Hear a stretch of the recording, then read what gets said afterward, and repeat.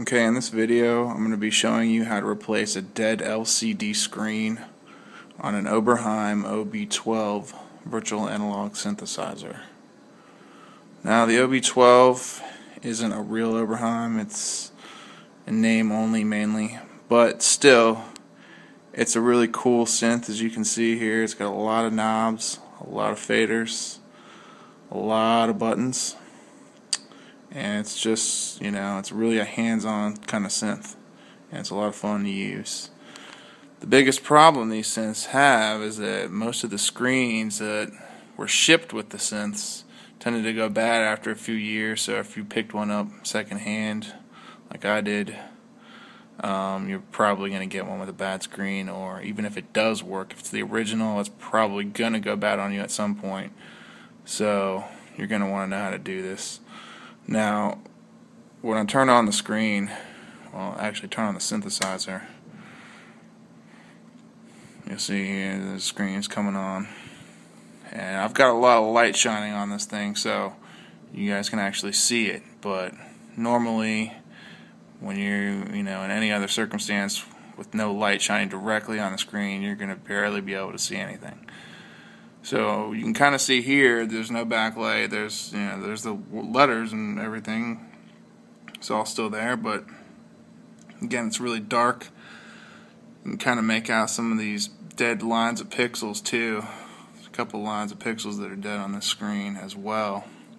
So all around the screen's pretty much crap. I mean, you could continue to use it with a lot of light like I've kind of got set up here. You can still change the patches and stuff and still play it.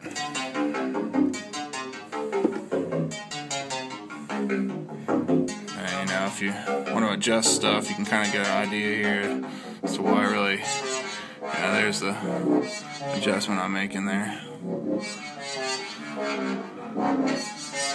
That's one of the cool things about this synth, so you can see all this stuff.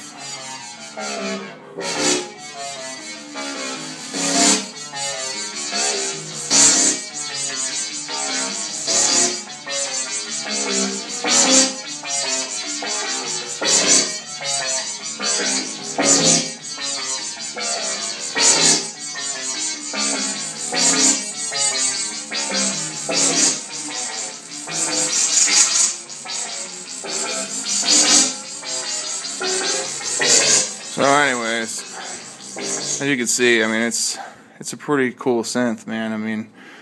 It makes a lot of cool sounds and it's a lot of fun to mess around with. And part of the beauty of it is its screen, because it's just so intuitive and it shows you so much of what you're doing with all these great knobs and faders. So it's kind of a bummer to not have a fully working screen, which is why I'm making this video, so that anybody who owns one of these can have a good screen on theirs as well.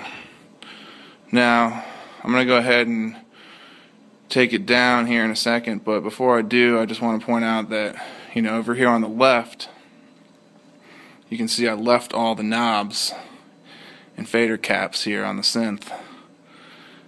And over here on the right, I've gone ahead and already removed all the fader caps and knob caps from the synth. Now, the part of the board that we're going to be working on is actually underneath the right side of the synthesizer, pretty much all the way to where the end of the screen is, which is why all the faders and fader caps and knob caps had to be removed. You're not going to remove the dial knob, and you're not going to remove any of these buttons. Those are all going to stay. So you're going to want to do that first before anything else. Basically take those off and put them somewhere safe.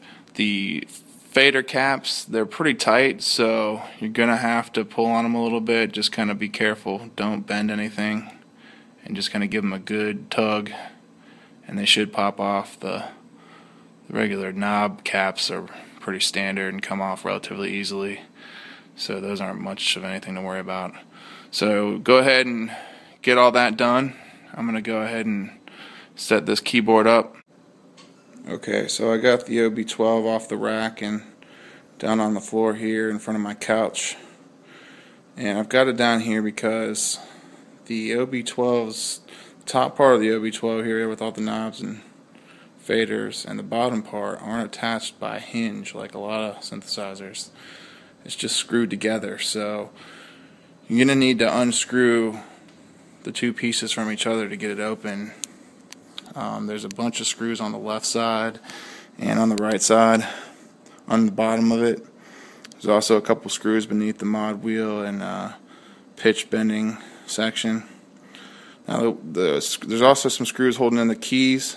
You can keep those screws in, take those ones out. But basically everything other than the screws that are holding in the keys themselves, you're going to want to take out. There's also about 6 or 7 screws on the back. You're going to want to take all of those out as well. You don't have to take the ones out that are holding in the power connector. So once you get all those out, you'll be able to open this thing up, and I'm going to kind of slowly open it. Lean it back against my couch here because, like I said, there's really nothing holding it in place other than the wires, and you don't really want to put a lot of strain on those. Now the board that we're going to be taking out is right here. If you remember, that's where we took all the knob caps and fader caps off that whole section. And it's going to have to completely come out. Now you can see there's a lot of screws here. So I'm going to have to unscrew all these off camera, but I kind of wanted to give you a glimpse of all of them. And there's also this black tar stuff kind of holding some of the wires in there. You're not going to want to touch that stuff if at all possible. It's sticky, it's hard to get off the stuff all around. You want to generally avoid it. Basically, just make sure you get all these screws out of there. There's a good amount of them. And this is the power supply section here. It's going to be a good idea to get a old cloth or something and just kind of put it over that, and I'm going to go ahead and do that now. Kind of make sure I don't touch it and accidentally get shocked or something, because it can hold a charge occasionally. So once we do that, we're going to be ready to take out the board.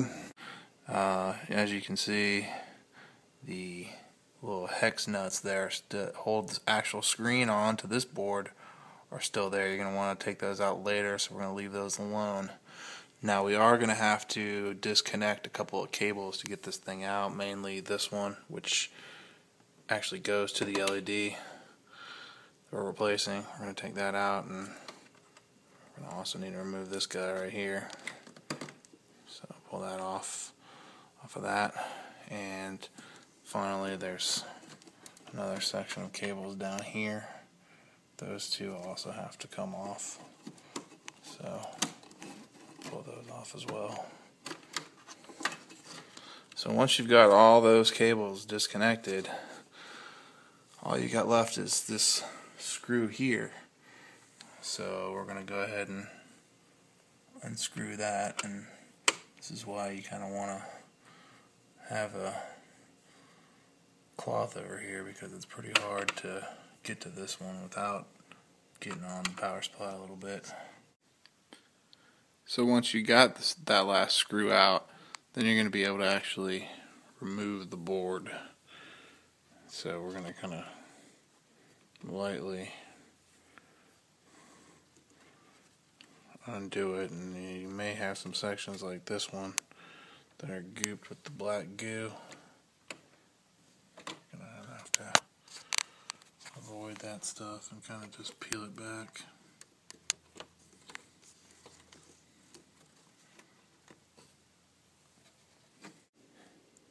So after you lift that board out of the chassis, this is what you got. That's the whole board there that you're going to be removing.